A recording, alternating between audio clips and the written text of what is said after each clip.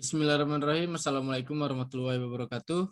Di sini di kelompok kami akan menjelaskan tentang perumusan strategi Perumnas. Sebelumnya saya akan memperkenalkan diri. Nama saya Revi Diwiusti. Di kelompok saya ada Anju Jumaran, Prima Sapna, Cindy Claudia Rahab, dan Tiana. Baiklah, selanjutnya akan dijelaskan oleh teman saya Prima Sapna. Pada Prima saya persilahkan. Baiklah, sebelumnya saya ingin perkenalkan nama saya, yaitu nama saya Prima Sapnananda, Prodi Administrasi Publik. Baik, di sini saya akan menjelaskan pengertian dari Perum Prumnas. Badan khusus yang dimaksud adalah Perum Prumnas adalah bagian dari BUMN dan keseluruhan saham perusahaan ini dimiliki oleh pemerintah. Next.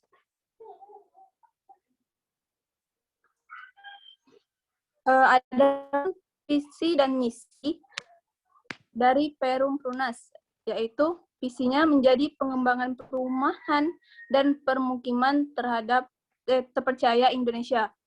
Misinya yaitu ada 5, menyediakan perumahan dan permukiman yang berkualitas dan bernilai bagi pelanggan. Yang kedua, memberikan kepuasan pelanggan secara kesinambungan melalui layanan prima. Yang ketiga, mengembangkan dan memberdayakan profesionalisme serta meningkatkan kesejahteraan karyawan. Yang keempat yaitu menerapkan manajemen perusahaan yang efektif dan efisien. Yang kelima, mengoptimalkan sinergi dan pemerintah, BUMN, dan instansi lain. Oke, akan dilanjutkan rekan saya, Tiana.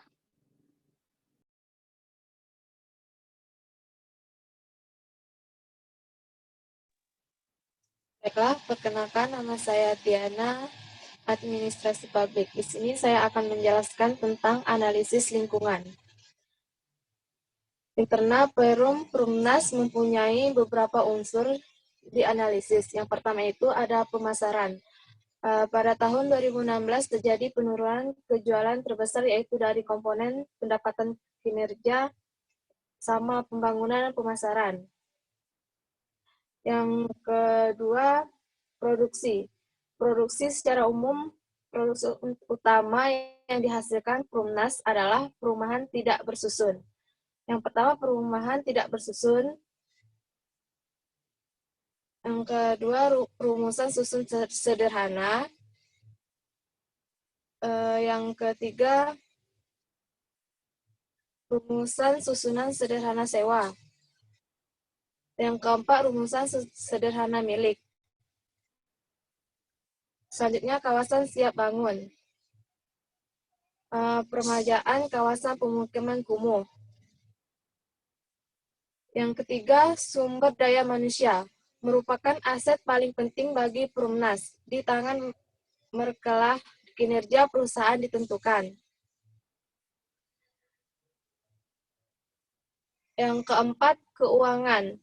Berdasarkan laporan keuangan tahun 2016, laba sebesar 93,2 miliar. Terjadi penurunan penjualan daripada tahun 2015, yaitu 122,3 miliar. Yang kelima, ada administrasi dan akuntansi. Dalam pengusaha Prumnas tertentu ada kegiatan administrasi dan juga akuntansi. Yang keenam, penelitian dan pengembangan pengadaan dana untuk kegiatan penelitian dan pengembangan pada tahun 2016. Yang ketujuh, sistem informasi manajemen, termasuk sebagai salah satu sistem pengendalian internal. Sistem informasi manajemen mencakup pemanfaatan sumber daya manusia, dokumen, teknologi, serta produser kinerja dalam akuntansi manajemen yang bertujuan untuk memecahkan masalah berupa biaya produk, layanan, serta strategi. Yang ke-8, budaya organisasi. Tata nilai Prumnas merupakan budaya perusahaan dan dijalankan oleh seluruh insan Prumnas, mulai dari Dewan Pengawasan, Direksi, dan seluruh pegawai. Yang terakhir, manajerial, perencanaan, perorganisasian, pengarahan, dan pengawasan. Manajerial adalah keterampilan yang mempunyai dan diperlukan seseorang pemimpin dan biayanya diperankan seorang manajer. Selanjutnya akan dijelaskan teman saya, Cindy.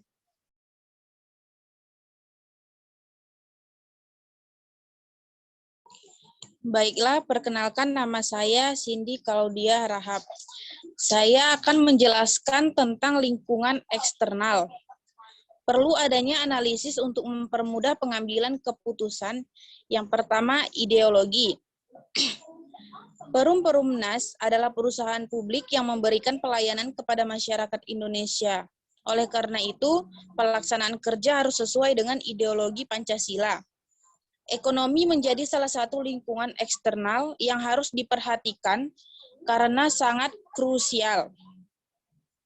Berjalannya perusahaan tentunya karena perekonomiannya yang baik. Apabila ekonomi lemah dan daya beli masyarakat kurang, maka akan berpengaruh terhadap pendapatan perusahaan. Seperti yang terjadi pada Perumnas pada tahun 2016, mendapatkan penjualan lebih rendah dibandingkan tahun 2015. Yang kedua, politik. Politik tidak bisa lepas dari perhatian perusahaan. Tingkat faktor politik sendiri dari yang terendah yaitu lokal, kedaerahan, kemudian nasional menengah, negara, kemudian internasional, dunia. Politik berhubungan dengan pemerintah karena pemerintah yang membuat kebijakan dan peraturan. Contoh peran pemerintah yaitu 1. Kebijakan fiskal dan perpajakan. Kemudian kebijakan pelestarian lingkungan. Yang ketiga, kebijakan ketenagakerjaan, inflasi, kesehatan, dan juga pertumbuhan ekonomi. Dan yang keempat, termasuk juga pembuatan peraturan pembentukan Perumnas berupa peraturan pemerintah yang terus diperbarui menyesuaikan dengan perkembangan masa. Yang ketiga, teknologi. Teknologi tidak dapat dilepaskan dari perjalanan perusahaan, karena teknologi adalah alat untuk mempermudah proses kerja perusahaan. Perumnas belum mengoptimalkan pemanfaatan teknologi untuk percepatan bisnis proses perusahaan. Akan tetapi, perusahaan sudah mulai mengembangkan aplikasi untuk mendukung percepatan proses bisnis, serta dilakukan pembuatan IT Master Plan. Yang keempat, sosial. Faktor yang terdapat dalam sosial yaitu 1. Nilai, sikap, kepercayaan. Ketiga hal ini perlu diperhatikan karena apabila tidak bertentangan, maka akan mudah diterima masyarakat. Yang kedua, kebudayaan. Hasil dari kebiasaan yang terjadi di masyarakat dan melekat seperti menabung, investasi, dan sikap bekerja. Yang ketiga, demografi, termasuk di dalamnya yaitu besar populasi manusia, usia etnis, dan distribusi pendapatan. Yang kelima, pemerintah. Pemerintahan memegang peranan penting bagi perusahaan seperti pembuatan kebijakan dan peraturan yang harus dipatuhi. Yang keenam, pemegang saham. Untuk Perumnas yang merupakan bagian dari BUMN hingga akhir 2016 belum menawarkan saham kepada publik sehingga seluruhnya dimiliki oleh pemerintah. Yang ketujuh, militer. Militer berkaitan dengan terciptanya keamanan dan rasa aman dari ancaman luar negeri dan juga dalam negeri. Keberadaan militer membantu kestabilan pelaksanaan kerja Perumnas. Yang kedelapan, pendidikan. Pendidikan berkaitan dengan kemampuan manusia dalam berpikir, menganalisa, dan mengambil keputusan, kemudian bertindak. Semakin maju pendidikan di suatu tempat, maka akan semakin baik pola pikir masyarakat di daerah tersebut. Demikian juga pengaruh pendidikan terhadap Perumnas, baik dalam rekrutmen pegawai dan juga konsumen produk hunian. Perumnas melakukan seleksi terhadap calon karyawan berdasarkan pendidikan supaya dapat memenuhi kebutuhan sumber daya manusia. Yang kesembilan, hukum. Adanya kepastian hukum dan dasar hukum berdirinya Perumnas. Juga adanya peraturan yang berhubungan dengan transaksi jual beli hunian. Kemudian akan dilanjutkan oleh rekan saya, Anju.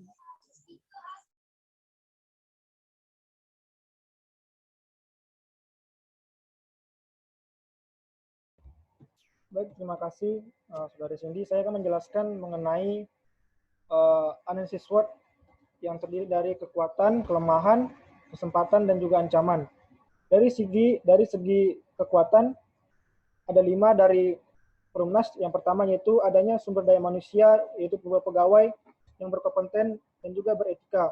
Kemudian sumber pendanaan yang cukup dari pemegang saham tunggal, yaitu negara Indonesia. Yang ketiga yaitu menjadi salah satu BUMN yang bergerak di bidang usaha perumahan dan pemukiman. Dan yang keempat yaitu adanya dukungan regulasi yang kuat. Dan yang terakhir itu sistem informasi manajemen yang cukup memadai. Kemudian kelemahan dari faktor internal Perumnas sendiri, yang pertama yaitu terjadi penurunan pendapatan dari tahun sebelumnya. Kemudian yang kedua, karena daya beli masyarakat menurun di tahun 2016 karena masalah ekonomi. Dan yang ketiga, tentunya tidak semua produk dari Perumnas terjual habis di pasaran. Yang keempat, yaitu dari sisi supply belum maksimal mengatasi backlog. Dan yang kelima, karena rendahnya tarif sewa hunian untuk masyarakat menengah ke bawah.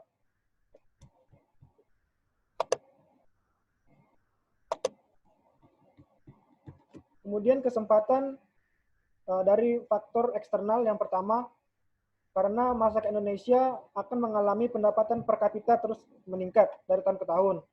Dan yang kedua, karena kebutuhan hunian untuk masyarakat terus naik. Dan yang ketiga, semakin bertambahnya pengetahuan masyarakat akan hunian yang layak. Dan yang keempat, tentunya kebutuhan masyarakat dari tahun ke tahun akan meningkat karena bertambahnya jumlah penduduk. Yang kelima, yaitu masyarakat tentunya kembali ingin memenuhi kebutuhan hidupnya berupa hunian. Adapun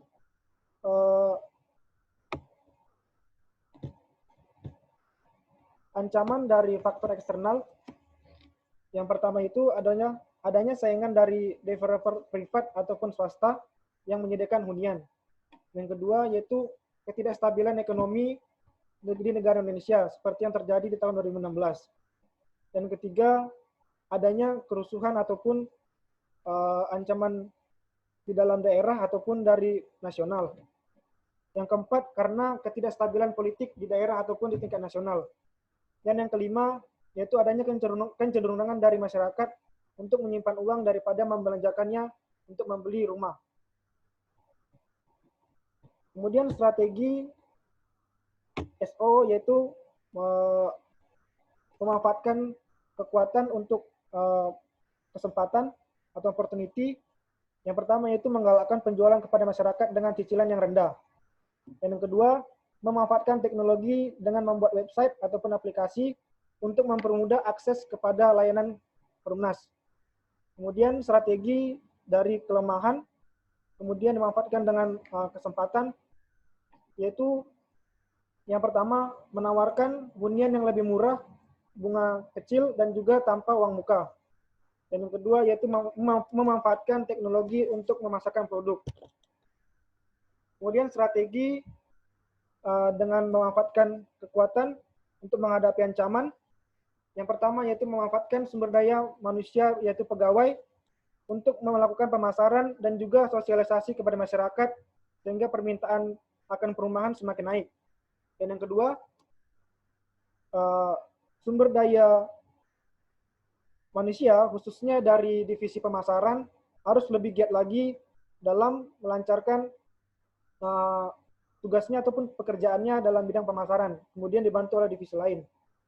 Adapun strategi untuk mengatasi kelemahan dan juga ancaman, yaitu dengan bekerja sama dengan developer dari pihak swasta, dengan membuat produk-produk yang baru bersama dengan Perumnas.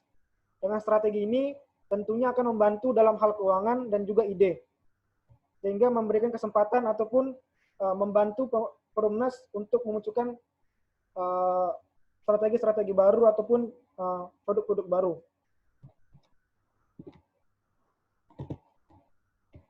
Selanjutnya untuk kesimpulan dan saran saya berikan kepada Saudara Revi. Baiklah, untuk kesimpulan, Perumnas adalah salah satu bagian dari BUMN yang bergerak di bidang penyediaan hunian dan pemeliharaan lingkungan. Dibentuk pada tahun 1974 untuk menjawab kebutuhan papan di Indonesia karena merupakan salah satu faktor penting dari kesejahteraan rakyat. Pada tahun 2016 terjadi penurunan penjualan yang dipengaruhi oleh ketidakstabilan ekonomi sehingga daya beli masyarakat menurun. Untuk itu perlu strategi untuk mengembalikan kembali penjualan yang sempat naik pada tahun sebelumnya. Dan yang terakhir, saran. Ketersediaan sumber daya manusia yang memadai seharusnya dimanfaatkan oleh Perumnas untuk lebih kreatif dalam menjual produknya. Dengan demikian, pendapatan Perumnas akan terus naik dan membantu perekonomian negara. Baiklah, demikian saja yang bisa kami sampaikan. Jika ada kesalahan, mohon dimaafkan. Terima kasih. Wassalamualaikum warahmatullahi wabarakatuh.